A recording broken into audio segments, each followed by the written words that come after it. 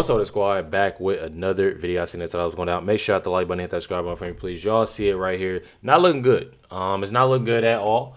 As y'all see, that this case is literally about done. It's when it comes down to it. When it comes down to Karmelo, I should say. Honestly, I've gotten called names. I've gotten called this. I didn't got called that. I didn't got called clown yesterday, right? All because you know, obviously I'm telling the truth, I guess. I don't know why, but yeah.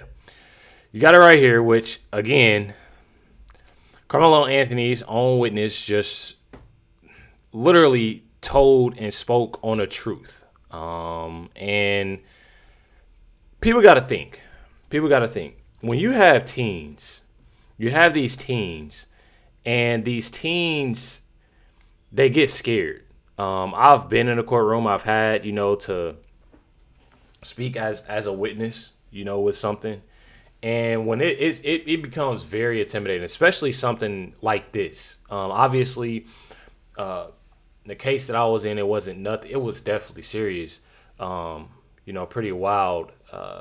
But it wasn't, I would say, anything like this. But regardless of being in that courtroom and you being a teenager, and I wasn't even a teenager at that time. I don't think I was. I think I was about 20, 21, 19, something like that. But being a teenager, I can just about imagine that things are intimidating. So you're going to want to tell the truth, especially with the question that's being asked. So y'all have it right here, and I'm going to play this. I'm going to play a couple videos y'all just listen to on how things went. Check it out. Stabbing trial. Carmelo Anthony is charged with the murder and the death of Austin Metcalf. Our Trevor Sohaki is live for us this morning outside the courthouse. And Trevor, the defense will continue making its case later today. Tell us more. Yes, it will, Carmen. And Anthony's defense here is that he was acting in self-defense. He's arguing that Metcalf provoked the altercation between the two of them. Now, the defense started presenting its case over the weekend by calling Anthony's track coach to the stand. He testified to Anthony's character, saying the teen was nominated by his teammates for captain. Prosecutors asked the track coach if an athlete should have a knife at a track meet, and the coach said no. Before that, prosecutors questioned 18-year-old Eddie Parra, a teammate of Metcalf at Memorial High School, and the person who greeted Anthony at the Memorial tent.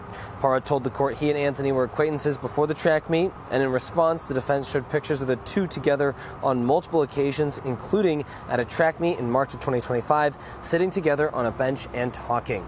Court will pick up where it left off, starting today at 9 a.m. Live in McKinney, Trevor.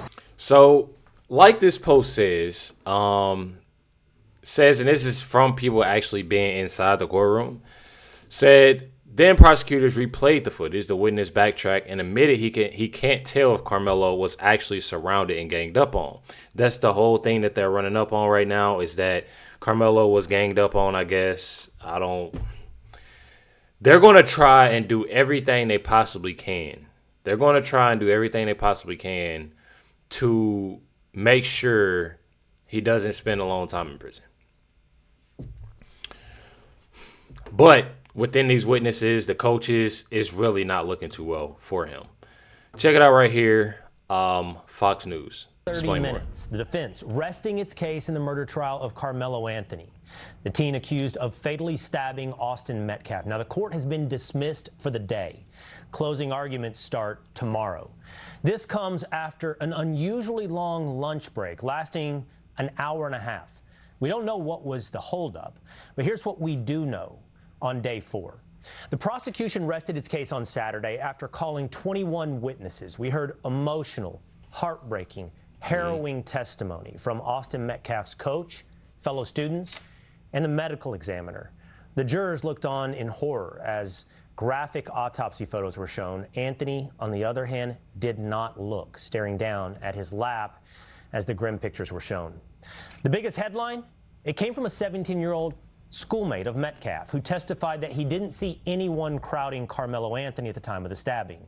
This seemingly debunks Anthony's narrative that he was ambushed and acted in self-defense. After the prosecution wrapped up on Saturday, The defense asked the court to move to a direct verdict. In other words, asking the judge to rule in their favor before the case goes to the jury on the grounds that the prosecution legally failed to make their case. Now, that sounds like a long shot request. It is. It'd be like asking the ref to end the game before the fourth quarter because one team thinks the other hasn't put up enough points to win. It's also pro forma. In almost every legal case, the defense will ask for a direct verdict. And in almost every case, it is denied. In this case, it was denied. So today, the defense began calling their witnesses, including 2 students who were at the scene. One recalled seeing Anthony crying after the stabbing. The other described seeing a push or a punch followed by people screaming. A Frisco police officer who examined Anthony's phone testified, while it's against school policy to carry knives, it is not illegal in Texas. But it's what happened outside the courtroom that really caught our attention. It's the return of Dominique Alexander, a representative for the family of Karmelo Anthony. He's the leader of Dallas' Next Generation Action Network. Support individuals who come here to sole purpose on provoking conflict and creating division. Our message for those supporting Karmelo Anthony is simple. Do not allow yourself to be baited in. We have seen the extremist rhetoric. I'm not gonna lie. Dominique Alexander has he's been making things worse for this case from the get-go. And I actually I let him do what he do. I'm at the point, and I know y'all at the point, let him do what he do. That's what he want to do. Go right ahead and do it. Because regardless of hearing what these witnesses are saying, 21 witnesses, and that they truly aren't, and I'm not even going to say so much of them picking sides, they're telling the truth. And on top of them telling the truth, I mean, people got to think about it. Like, it's not about if that's Karmelo Anthony's friend or this. He's getting up there, and again, a lot of these, some of these witnesses are teens, so they getting up there. They're already nervous. Don't really, and with teens and kids, when it comes to something extreme like this, they don't want to hurt anybody. They don't want to do any wrong. They don't want to feel like they said the wrong thing. So they're obviously going to tell the truth, being intimidated and all of that. So with hearing them saying things and people coming back and saying, oh, this witness said that, this witness said that, it's not looking good for Karmelo Anthony at all. I'm telling y'all. There's another reporter right here saying what had went on inside the courtroom. And judging by what she explains, I'm telling y'all, me personally, I don't know about y'all, but I can definitely tell that it's open case, and it is closed immediately with Karmelo automatically. It's not looking good. Check it out. Hi, Martha. At any moment, we are expecting some sort of update. That's because these jurors were let out on a lunch break. When they came back, there was a delay for more than an hour where they didn't let the jurors and reporters back in the courtroom. Reporters outside the courtroom said they saw prosecutors go in and out, and Austin Metcalf's mother and father also go inside the courtroom. Just a few minutes ago, jurors and reporters were allowed back in. Refreshing my phone here, we have our producer also all on standby, waiting to find out what this delay was all about. But Anthony is charged with murder after admitting to stabbing 17-year-old Austin Metcalf in the chest during a high school track meet last year. Investigators say the confrontation started after Anthony was sitting under a tent belonging to Metcalf's team. Witnesses testified that Metcalf repeatedly asked him to leave. One witness said that Anthony was asked to leave about 15 times. 15 times. So far, the defense has called up 6 witnesses, including one teen who said this during cross-examination, quote, "I think Karmelo was in the wrong." Prosecutors asked, did Karmelo Anthony provoke the confrontation? He answered yes. And on the prosecution side, jurors heard from more than a dozen student witnesses who described Anthony as the aggressor, including an 18-year-old student athlete. This was important testimony because he knew both Anthony and Metcalf and even previously hung out with Anthony. He testified, quote, "Anthony said, 'You will have to move me.' Austin put his hands on his back. I saw Karmelo's hand go in the backpack. We're at a track meet. I wouldn't expect anything to be in there. Karmelo said, 'Touch me. You'll have to move me and find out, trying to provoke me again. We are as a friend saying that. Just waiting to find out what that delay is. As soon as we have that answer, we will bring it to you, Martha. All right, Brooke, thank you very much. Let's bring in Josh Ritter, criminal defense attorney, former prosecutor, and Fox News contributor. Josh, obviously, Brooke is waiting. We're all waiting to figure out what this delay is as we wait for the defense to continue their part of this case. Any thoughts on what might be happening here? At this point in the trial, my first instinct was perhaps they're talking to Karmelo Anthony about whether or not he wants to testify. And sometimes that takes some time. He has to confer with his attorneys, even if it's at the last moment, him making a decision. The judge also has to advise him of his rights, that he has a right to testify. But then hearing that the Metcalf family has been brought inside the courtroom along with the prosecutors, this could be last-minute plea negotiations. I mean, things like this do happen. We're at the end of the prosecution's case. We're hearing that the defense case may not be going as they had hoped and planned. Exactly. And perhaps they're looking for some last-ditch effort to try to spare him a lifetime in prison. Interesting. That just goes to show y'all right there. Having that, and I've came across multiple videos of people saying that it was a long recess, or it was a long, time where, individual, and I can tell y'all right now, that's definitely probably what it was. The simple fact that they're trying to work out some type of plea. And I'm going to tell y'all right now, they probably offer him, a way better one. But then again, they wanted to go through that. And I'm going to tell y'all right now, if they did, it's definitely better than what he most likely will get, but it's nothing probably near what they offered in the first place. And they just messed themselves over, with that. But I truly feel as if it is that. My thing is that I truly want and I truly pray that, and again, I don't like saying this because, again, they lost a son, but, to get that justice, definitely. Got it right here. This is Sarah Fields. I don't know why this video is playing right here.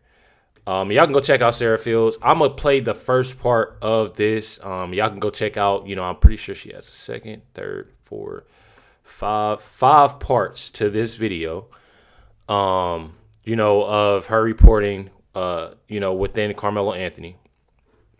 And, she's actually been inside the courtroom, I'm pretty sure, since it started.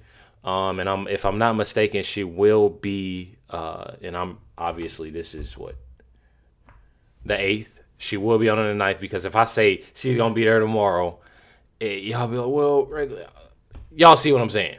This video was posted, obviously June 7th, I believe.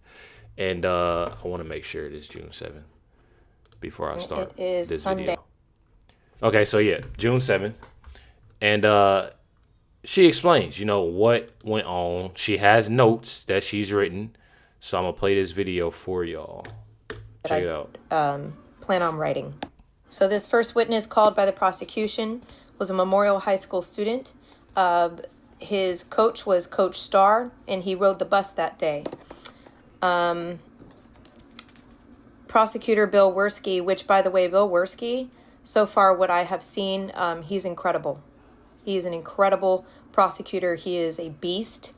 He is amazing at what he does. Very, very smart man. He asked the witness if he was aware that weapons are not allowed at school events, and the witness said he was absolutely aware. He said he rode the bus. It was not raining when they got there. He said that he was under the tent. He said that when he got there, he was looking around to find someone to talk to.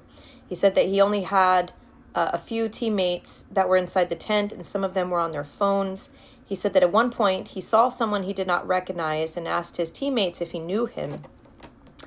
And this individual is now who we know is Karmelo Anthony. He said that it threw him off because Karmelo Anthony was not wearing any athletic gear. He said that Karmelo sat underneath the tent, and he said he wasn't really worried about Karmelo's presence at that time. He then said at one point that he saw Karmelo and Austin stand up. He saw Austin put his hand on Karmelo's shoulder, followed by a bunch of yelling. He then said that he heard Austin screaming, "He stabbed me," and he heard Hunter scream, "He got stabbed."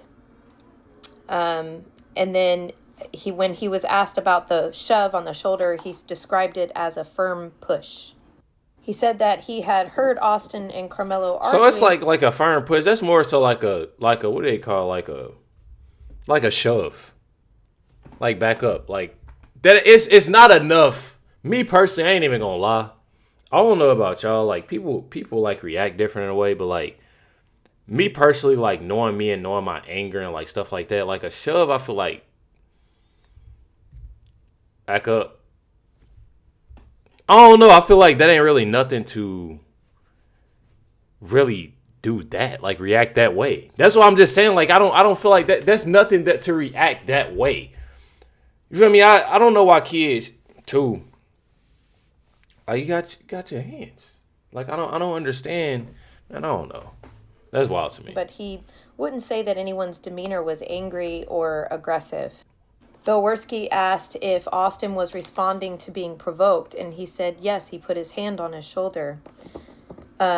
He said that he then saw Hunter run after Karmelo, but came back down and tried to help Austin. He said that he did not see Hunter interact with Karmelo during the original altercation at all. He said, quote, "You do not expect someone to get stabbed at a track meet." And a lot of the witnesses have said this because they honestly thought that Karmelo was bluffing when he put his hand in the bag. They didn't think he had anything in there. Mm-hmm. He said that he saw Karmelo run up the bleachers and tried to run out of the stadium. Karmelo never left the stadium, by the way. He said he was afraid that he was going to stab others and that he was running away with another female student because she was scared. When he was asked about whether he thought that this was self-defense, he said no, and I quote, "It was lethal force against non-lethal." This witness in particular said that the encounter was still very hard for him to talk about. He said that he was in counseling. He said that Karmelo provoked Austin and that the stabbing was not done in self-defense. He was then cross-examined by Karmelo's defense attorney, Toby Shook, and Toby Shook brought out a transcript of when he had done an interview with detectives, and he pointed out that this same person said that Karmelo had gone into a tent on previous occasions. Hey, let me explain. I don't want to cut Sarah off. Let me explain something to y'all because, like I said, I've been in a situation like this before, and it's honestly bringing back memories a little bit. Scary, but when you speak to detectives, first of all, when you speak, you're a witness. You see it, so you speaking to different individuals different days. I'm sure those witnesses have spoken to a lot of individuals, whether it's counselor, whether it's detective, whether it's what am I trying to say here? Prosecutor, regardless of whoever, you speaking to different people. I'm gonna tell y'all right now, and this is probably about to sound real bad. When you're in shock of something happening, you don't know at times of what you're saying. You don't really remember because stuff happens so fast. And I'm sure some of y'all have been in a situation like this. And you don't really give out everything that happened because everything is just happening so fast.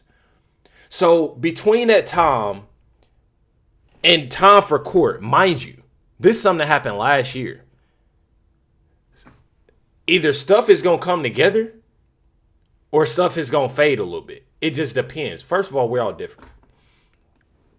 We're all different. We all react different. We all, so. And I'm not making up no excuse. I'm just letting it be known, it may be different from when he spoke to detectives at first.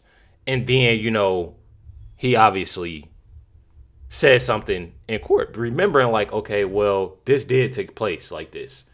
You know, it did happen like this. He said he doesn't remember saying that, but what he meant to say is that he's passed by the tent and said hi before, which is okay to do. It's just not okay to sit and hang out underneath another team's tent. He also testified that when, after everything happened, they ran back to the bus, he was there with his fellow students waiting on the bus, and that while they were on the bus, they were trying to figure out who Karmelo was, and that they had found a picture on Instagram of Karmelo. And he explained that they were passing around a phone with an Instagram photo of Karmelo. He was also asked if he remembered that he had said that Hunter had popped in to defend Austin. He said he did remember saying that, but he could not remember what Hunter said. He did also make it clear that Austin was a much bigger person. I believe he said substantially bigger than his own brother, but that he was also bigger than Karmelo, and that he could look intimidating if someone, didn't know him. Then the prosecution called in another student witness. This was also a minor, so I can't share this person's name. He was on the same football team, and he said he considered Austin to be like a big brother to him. He said he rode a bus from Memorial that morning. He said the weather was cloudy. He said that there were males and females underneath the tent. Said a kid from Centennial came and sat underneath the tent. He said at one point they told Karmelo that it was not raining and that he did not need to be underneath the tent anymore. But Karmelo refused to leave. He said that Karmelo then got irritated and said, "Touch me and see what happens." Yet again, he's another witness who said that Karmelo instigated the altercation, and just like all the other witnesses, said that he thought Karmelo was bluffing when he put his hand in the backpack because, quote, "It's a high school track meet and you're not supposed to bring in anything, aka weapons." He said that Austin... They don't seem like playing to y'all, though. Like, actually listening to this and, like, listening to, like, the witnesses, it just sound like it's just playing. Like, I ain't even gonna lie. First of all, you bring that to a track meet, and you sitting there like, I don't know. Like, I find it completely weird to me and odd to me about this. And, like, what was actually going through his head within this, because that's just wild. Actually thinking about it, it's truly wild, and actually listening to what the witnesses had to say. Especially it being, and I've said before, when you having these track meets, football games, basketball games, it's competitive. You don't want people around your stuff. You don't want people in your crowd. I mean, you just don't around your school. That's how it is. That's how it always been. Whether if it's professional, whether if it's anything, like that's just something that you just don't do. And then when you have a team captain that's telling you like, nah, you don't belong here, man. And then you sitting there and you getting angry towards a whole gang of people. First of all, and you got people. He had a bunch of people surrounding him, this, that, and the other. He literally went to another school's tent. Obviously, there's people that don't truly know who he is and why he's acting like that. I'm telling y'all, pushed him. That's wild. He then saw Austin. He apparently he missed the stabbing. He saw Austin with blood on his chest, and that Austin was falling down the bleachers. He said Austin said, "I've been stabbed." And Hunter was screaming that he had a knife and to run. This witness in particular told the jury that everyone was crying because they couldn't believe what happened. And when they got back to the bus, he said that a friend of Karmelo's, this friend that has been referred to several times that apparently Karmelo sat under the tent with, and they dapped up, I've reported that in my prior videos, was there, and he had asked him how he knew Karmelo. I guess they were just friends. He also was asked if this was done in self-defense, and the witness said no, he committed murder. And then that was that for that witness, and then the prosecution called in another witness that was a minor, and I'm going to continue to... This witness's testimony was very interesting and very detailed, so... I said I wasn't going. I said I was going. We got to go to the park. Saturday, trial day, which would have been yesterday, June. in this courtroom in particular, in this known to the jury, the rest of the courtroom. And so if any pictures or anything, this individual, again, is a minor. He told the jury that he plays soccer. Also, shout out again, I have transcripts here, NBC transcripts that are very detailed, as well as my notes, because I write down a lot. Shout out to Dark Horse, who was able to get a hold of these NBC live updates and put them into a transcript. Okay, so this witness said that he played soccer and that he had tickets to the upcoming Japan versus Sweden game. He was clearly excited about that. He was asked who he would be rooting for, and he said Portugal, which made everybody laugh. He told the prosecution that he wasn't really friends with Austin or Hunter. He said that he runs track and was at the meet on April 2nd to run the 800 and the 1600.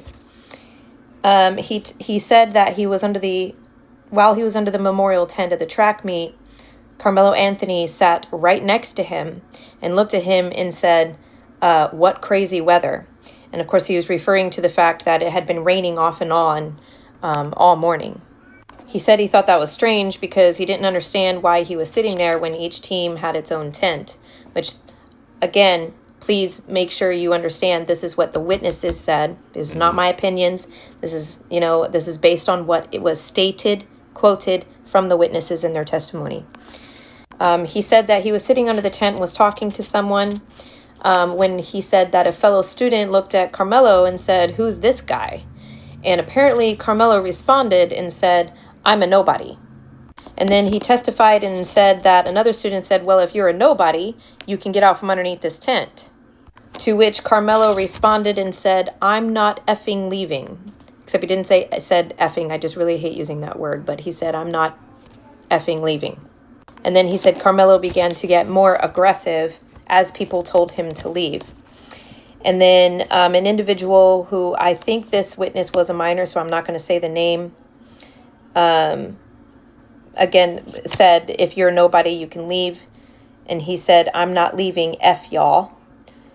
He said, "F y'all, I'm not going to leave, y'all a bunch of y'all not going to do anything." He said he wasn't really worried about this because he felt like it was just tough talk. And he didn't really feel like he had reason to worry at this point.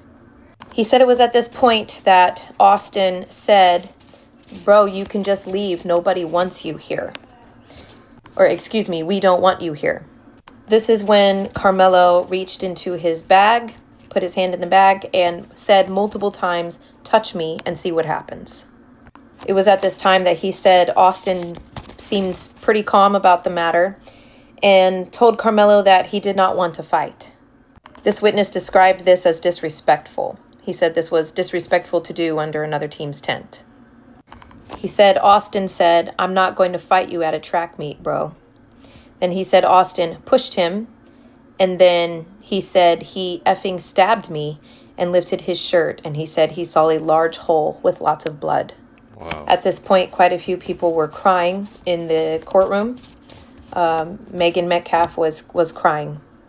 He said that he remembered that other students said that Austin looked dead. Wow. He said Austin did not deserve what happened. Worski said it was murder, wasn't it? And he said, "Yes, sir." Hey. He was cross-examined by the defense, and he reiterated that Karmelo was swearing and saying "F you guys" when he was confronted. He told the jury that Austin did not step up when he pushed Karmelo, and that he just turned around in the same row. And then it was at this time that they took a brief recess. The next witness was Karmelo's friend. This was a pretty big witness. A lot of people were waiting to hear from this individual because, again, this person was identified as someone who was a friend of Karmelo's. I'm not going to say the name because I do believe he is a minor, but apparently he knew Austin and Hunter. He said that Austin was like a brother to him. He said that he knew Mello because he was friends with Mello's, and he's calling him Mello. Well, actually, let me back up for a minute. He used to call him Mello. While he was testifying yesterday, he referred to Mello as Karmelo instead. I thought that was interesting, just a little psychology there. But he referred to him as Karmelo. And he said that the reason he knew Mello because he was friends with Karmelo's ex-girlfriend. He said he took the bus that day. He said that he sat towards the back of the tent.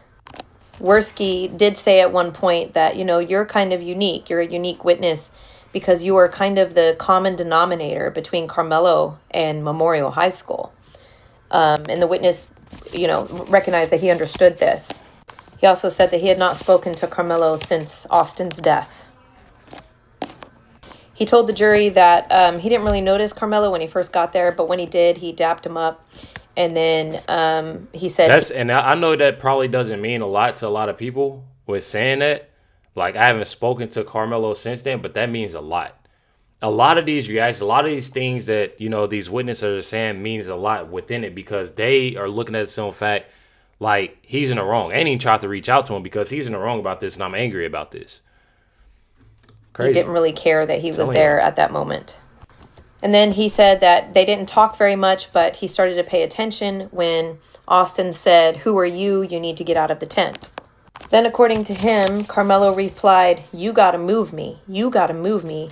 And then called Austin a bitch or whatever. He said he didn't remember any other bad words that were used, but he does remember that Austin also cursed. He did say that when Karmelo said, "You gotta move me, you gotta move me, you're a bitch," he was getting more angry, and his tone clearly showed signs of anger. He said that Austin was always trying to lead and defend, and then he said that Austin got up, and then Karmelo's hand immediately went into the bag. He said that he felt like it was a bluff. He didn't really feel like there was anything in there. They all thought it was a bluff. And then he said, Karmelo said, "Touch me and you'll see." He said in his opinion, he invited Austin to touch him when he said, "You'll have to move me." He said that Austin then fell back after he tried to softly shove Karmelo away. He saw Austin fall. He saw Austin grab his chest, and Austin said, "Help, I've been stabbed." It was at this point that this witness in particular, who again, at one point was someone that was referred to as Karmelo's friend, he began to cry very hard on the stand. It was heartbreaking to see him crying on the stand, and there was a pause for a while. And I can bet you, I mean, it like I said, people are different, teens are different, kids are different. So obviously it's something that he seen and hadn't seen before. Life took, right in front of him. So it's definitely pretty sad. It's definitely pretty sad within that. He was then asked about the interaction that involved Hunter, and Austin said that you don't have anything when he put his hand in the bag. And he said, Hunter said, "You don't have anything in there. Don't pretend you have anything." But he also said that Hunter had stayed seated. He also stated that at one point during this interaction, he pulled out his phone and acted. So for all the people that's sitting there talking about, they both was trying to punk him and they both was trying to bully him and this, that, and the other, and they stood over him. Just literally just said that Hunter was seated. Like he was recording because he thought the situation was funny. At the time, they were not expecting what happened. They didn't think he actually had anything in the bag. He didn't expect a murder to take place. So kids being kids, I'm inserting my opinion here. I have teenage boys. I have a teenage boy. I know how they behave. Taking out your phone, going, "Oh, look at this," Yeah, exactly. I've seen them do things like this, and that's what it sounds like he was doing. But he said he acted like he was recording because he thought it was funny. Yeah. And that's honestly what I explain to everybody. Even acting like you're recording, actually recording, that's what kids tend to do, especially nowadays. That's the first thing that teens do. is pull out phones when they see any type of arguing, because they know that it'll turn into a fight. And believe it or not, kids and teens, they find it very, very great out of their day. And obviously we've all been in middle school, we all been to high school, and I'm not even gonna lie, like being in high school and middle school and seeing something like that happen, that literally like is one, and I don't want to make this sound bad at all, but like it was like a highlight of your day. You know, like, oh, such and such got in a fight. Everybody, you know, who got the video, who got this, who got that. I remember all those. I remember those days. A little while ago. And don't lie, I graduated in 16, I believe. But I'm telling y'all, it was that. It truly is. And it's just definitely sad even listening to this. I'm not even gonna lie. It's something that I truly, you know, it's sad. It's definitely sad. I pray for really everybody within this case, regardless. That's how I am with being, you know, a child of God, within everything. You know, it's just a sad thing. It's definitely a sad thing when it comes down to it. You got it right here from the New York Post that Carmelo Anthony refuses to take the stand at the trial, and it could sink his self-defense claim. As y'all know, it most likely won't look very good, honestly, and it won't go good if they put him on the stand. I'm not gonna lie. With him and knowing him being and thinking of him being guilty, trust and believe, they not gonna put him on the stand. I don't see it at all. I was gonna play this video here, but it is a lot of profanity within this video. I'm gonna tell y'all right now, outside the courtroom isn't right at all. It's definitely sickening and sad that, you know, you have so many individuals that are truly not looking at the simple fact of holding this more so as an example. Seeing how this was a black kid doing this, and there are black individuals that's outside the courtroom and chanting things and saying this, saying that. We gotta do better. And I'm not saying as me even being black. I'm just speaking on in general. Parents, regardless, black, white, Asian, Hispanic, whatever. It doesn't matter. Whatever the color, whatever the ethnicity, it does not matter. We have to do better as parents. It does start at home. I have 2 daughters. Regardless, and even though they're homeschooled, they will have other interactions within sports and different things that they're, you know, doing and stuff like that, and activities. And we have to do better. We have, even if you have kids or you don't have kids and you out there, you doing this, doing that, this more so is the time to set an example rather than defending somebody that made a horrible choice, and not wanting to face those consequences. We gotta do better. Y'all let me know what y'all comments, thoughts is on this video. Definitely appreciate y'all. Much love to everybody. Catch y'all next one.